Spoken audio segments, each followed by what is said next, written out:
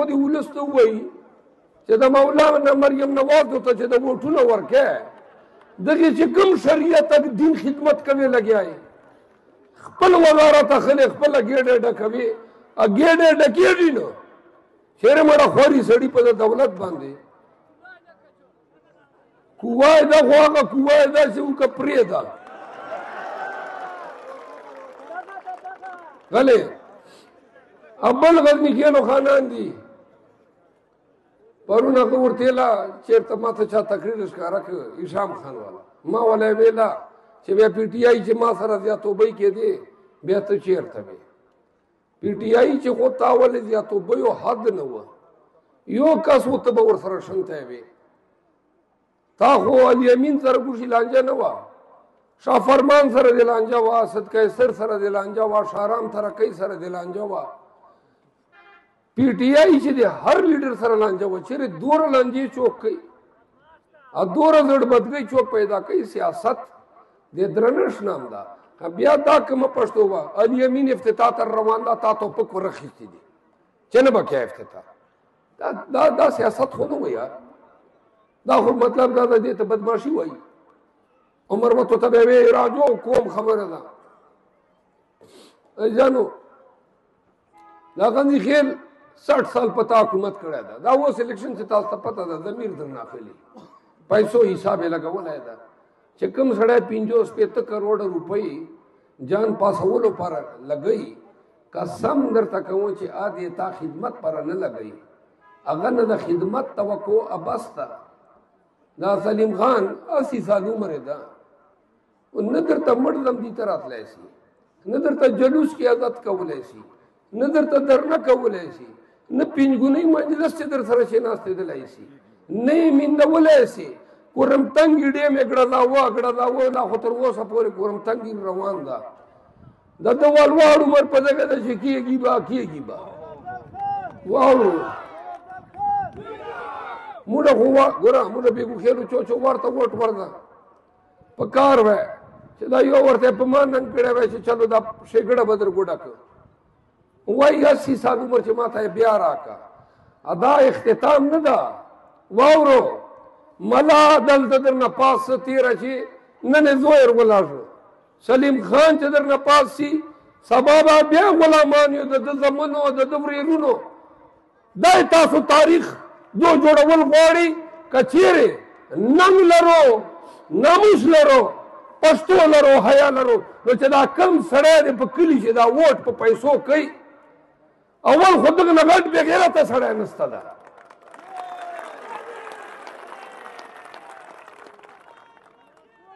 زه اخیرنۍ خبره ته کوم که چیرې 8 فروری ته پاکستان خبر سه چې مروتو چې بیټنیو چې پیسه وچلېده دا قومونه په پیسو خرڅ کړل موږ خپل د پي ټي آی تحریک چې د دې خپل کام ولس مو ډېره جنډه چیګه کړې ده د لکي مروت مو ډېر داستانونه ویلي دي ګډه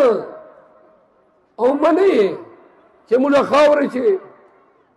غیرتیان وکړه ډېر دي بې غیرته کم دي خو بې غیرته په دې پیسې په زور باندې غیرتیانو نه ایمان واخلي که 8 فروری ته پاکستان در باندې خبر سه چې دلته پیسې باندې یا ملا د دغه درواغجنې دعوې باندې مروتو هغه خلک بیا منتخب کړل چې کوم 15 کالو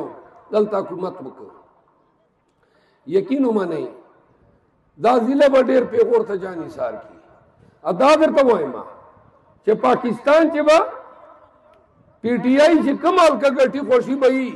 خو کدال که پی ټي آی په نیشنل چې وګټله صوبې درې وګټلې ګرد پاکستان به غورځښت دپاره کوي دا په دعوې درته وایم ټول پاکستان په دې نظر ده چې مروت پره چې وکړله اوس په مروت د مروت سره چې کوي پښتو غیرت دا تا د 8 فروری نه بعده به په تا ټیم نه راځي نیم مروت اوس لګیا چوک کراچۍ چې پراته وي چوک پنجاب چې چوک چېرته په خدای دا سوالو جوابونه به هم نه کوور نور سلیم خان یو داسې خاندان نه لږ شکر ده چې دا خاندان و په دغې خاورې کني غزني خیلو خو اوس منډه جوړه وه نو لہذا دا درته وایم د تکبر د بدمعشۍ د پیسې جواب خلک په پښتو ورکوي. پښتو ژبه نه ده تش، پښتو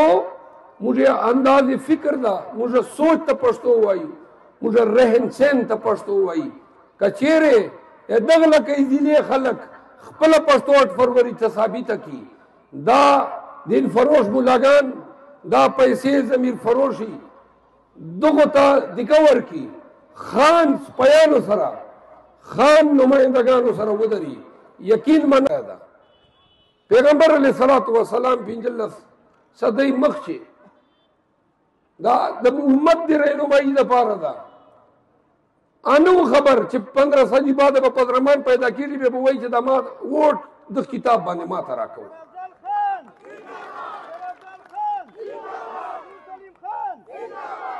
او جنت وایي چې د انبیاء وارثان یو. نو انبیاء وارث خو هغه چې د انبیاء د طریقې او د خلفای راشدین په طریقې باندې عمر تیرې. حضور کریم خپل وارث د خپل کور سره خو نه جوړ خلیفہ حضرت ابوبکر صدیق هغه جوړ سر. نو حضرت ابوبکر صدیق خپل عمر چې خپل زوی حضرت عبد الله ابن ابوبکر صدیق ولکه جوړ خو شورا یې جوړه کړه چې بھئی دا د فیصله وکړي. شورا حضرت عمر الخطاب فیصله وکړه. حضرت عمر الخطاب خپل عمر چې خپل زوی خو نه جوړ عبد الله حضرت عبد الله ابن عمر الخطاب کني دا جلیل القدر صاحب یانو نه حضرت عثمان داسې وکړه نه حضرت علي داسې وکړه. دا خلفای راشدین دی. او حدیث ته دا وایي چې پیغمبر علیه الصلاۃ والسلام وایي چې ما سنت نه بعد د خلفاء راشدینو سنتو باندې عمل کوي.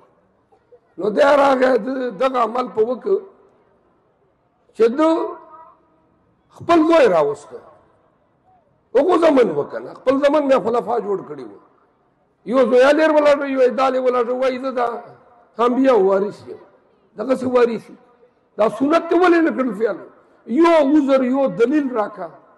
یو مسله وشوه چې د تاسو ولې راغله دا شریعت چې دین چې اسلام چې په پښتو چې په کوم بنیاد باندې یو دلیل ورکا. دا 12 لاکھ خلکو چې یو عالم مفتی شیخ الحدیث نظر تشکارې دی خو چونګې ته اقربا پروری کوي دا خلفای راشدین نه دا کړي خپل مثال نه ثابته کړي. دا دوم زوی ویلا چې بھائی دا دې شغله ودا موږ افسر لګولې او بیا غلاګانې کړې وي نو حساب بجن یاخلو. او بھائی اول خو ته چې د وزیر به دوره غلا دی وکړي موږ په یو غل و برتو یې نام و هغه برتو نه دې زیاتې غلا وکړي. 75 کروڑ روپے بنگله واخیسته د وزارت بادا ورسره 2 کناله بل شروع کړه. او غلا چشته وایي یا ولکته تا نکته مفتی محمود ته همزکه ورکړه د ټانک روډ باندې صدر شهید ته ورکړه بنو شي دغه حساب بدر نه غواړو. بیا د پلار ورچې څخه مشرف نه 300 کناله واخیسته په چک شهزاد چې فارم واخیسته په کومې کاتې چې واخیسته دغه حساب به قوم ته ورکوي. بیا د 17 آئینی ترمیم د پلار وک دستخط یې ولګاو ګوته یې وکړه بیا 50 اربه مشرف نه واخیسته خدای دغه حساب به هم راکوي. بیا د نواز شریف پر در نه په 50 کروڑه وکړه بیا د په 50 کروڑ نواز شریف نه واخیسته 30 کروڑ روپۍ زرداری درکړي. لاړې یو مدرسه دې شروع کړې و تطرخینو تاسو په لار ده 100 کاله چنده په ټوله ولا اوس هغه مدرسې نه ټوله قانوني جوړه کړه لاس سلو کروڑو چې ته شورېږې کپڑے د اماراتو اغوندې ابوین ته لتر د بکې لګوي او کیسه کوي چې زه د انبیاء وارث عالم یم او چې پوښتنه جنې کې چې کوم چیز ته راغله دا دولت وی غیبی امداد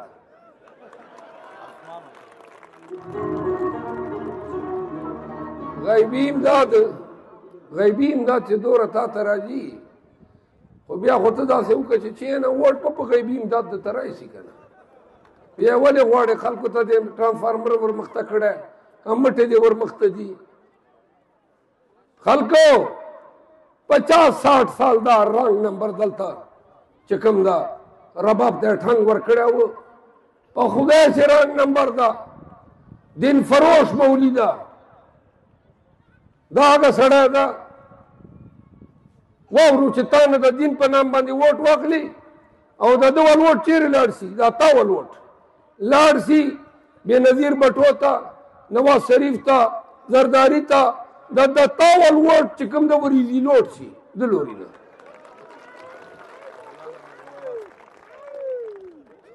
اوس واوره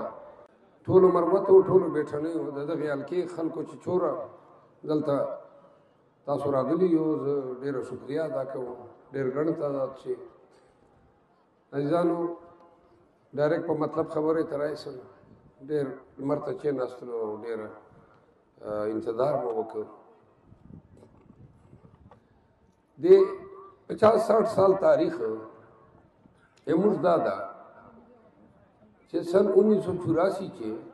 لږ غلی شو که نه ذرا سایډ پہ ہو جائے سایڈ کا سر سن 84 چې مجلس شورا جوړه سره دینه مخکې سن 70 نه ملا او غزنی خیلو خان مقابله 77 چې ملا غزنی خیلو خان مقابله تاسو ته یاد شي صدر شهید صاحب لاړو بند ولکی وال کوا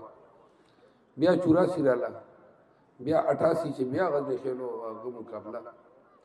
93 چې بیا کبیر خان له جمعیت پاس 97 چې انور سیف الله خان پاس 1 چې تجوڑی مولوی سے پاس 8 چې معین خان پاس 13 چې مولانا فضل الرحمن پاس 18 چې انور سے پاس دا یې مختصر سیاسی تاریخ تا لا غزنی خیل دا لا مالا بل نستا او دا د شپېتو کالو د موږ خاورې شګړه بدګړه دا د دوه ذمہوار دي که په خاورې په وطن څه سلی دي کارونه سلی دي امن دا تعلیم دا رڼا دا خو بیا خو واقعي دغه دواړو ته شاباسه پچار ده او که خاوره دې تباسلی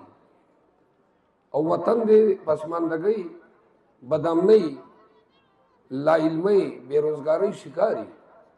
خو بیا هم دا دواړه ذمہوار دي ولې چې دریم قوت ته خو یې مکنه ده ور اوس اوټو ته راځي اوټ هر سړی تا نه غواړي خو چې ووټ غواړي نو چې خوب داسې خبره به ولس ته کوي چې ولس ووایي چې واقعي دغه سړي دا خبره خوله شاښوي ملا والا کیسه خو ډېره لنډه ده هغه مخکې به یوه کیسه وه اوس چې د دولتمند ورسره رالل اوس هغه هم دوه کیسې دي مخکې به یې دغه وایي دا پرچم نبوي ده دا خپلې جنډې ته به وي او دا کتاب چې نه ده دا قرآن کریم ده او جنت ټکټ ده دا دوه درې خبرې به یې کولې بله ورځ هم یو مفتي ویلي دي چې بھائی او هغه جواب جنرال مبین ورکړی ده وایي چې موږ خو چې کوم د بیخ وو هغه ته په جهادو باندې تاسو دومره سوکړه کړه چې فضلرحمان ته ووټ ورکړه بیا هغه ته جنت ته ځه نو عزیزانو دا لکه مطلب دا د خدای پاک دا نوی نسل ته اوس کم از کم تعلیم ورکړ شعور یې ورکړ دا بوډاګان به نه پیدل دلته مرمت وشي اوس هم 60 ساله 70 ساله چې کوم مشران دي هغو ذهن چې چېرته ناسته ده چې یاره دغه کوم مې کړي دي د دنیا چې مې کومې ګندګیرۍ کړي دي کوندې د ملا ووټ مې خلاص کړي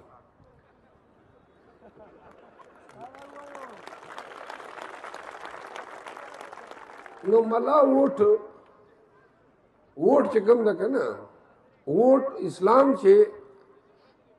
لکه کنسپټ دا نه ده د ووټ چې د کومې دی پیش کوي یو حدیث نسته یو آیت کریمه نسته چې هغه د موقف تایید وکړي چې ملا ته ووټ ورکړو یو کتاب نسته داسې نو اوږده خبره راځي وایي چې دا پرچم نبوي ده په څه شي پرچم نبوي ده چیرته کوم کتاب چې دی پرچم نبوي که دوره مثال شریعت دین خبره وای خو بیا خو به دا امارات اسلامي حکومت افغانستان چې هغه به پرچم نبوي خپله جنډه وه د مکه مدینه کوم ملک چې ده سعودي عرب چې هغو به وایي چې موږ جنډه پرچم نبوي ده 1400 صدیو چې هیچا نه وویله چې پرچم نبوي ده خو ووټ دپاره ده دغه زیبر مخته کړې ده چې دا پرچم نبوي ده आलिम है का ना पे मसले मिकाइल का चिकम बुनियाद बांधे तो दा खबर है पैगंबर हो बकल असरा झंडा वा कल बे तोरा वा कल बे स्पिना वा कल बे यो किताब भी हुआ इतना झंडा है नो दा गुमराह कभी खलक गलत वाए दरवाग वाए द्वंत वाए चदा किताब दा कुरान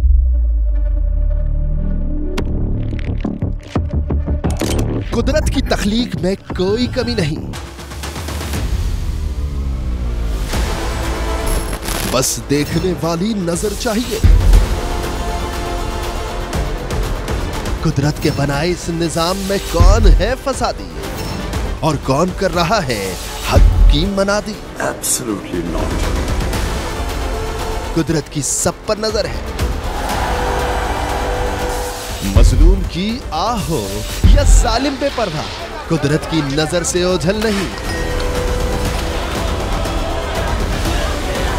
कुदरत का ऐसा ही एक शाहकार है जो नजर भी रखता है और पल पल की खबर भी।